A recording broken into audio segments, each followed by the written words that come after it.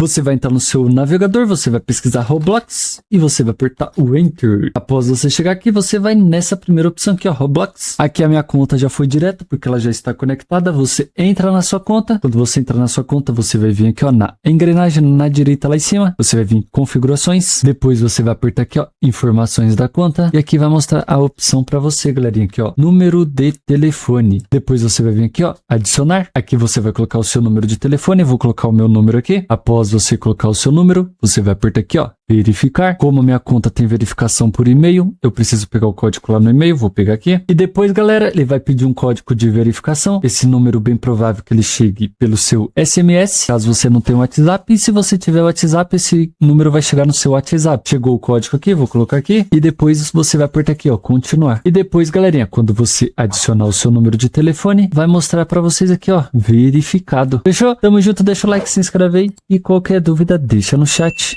Valeu!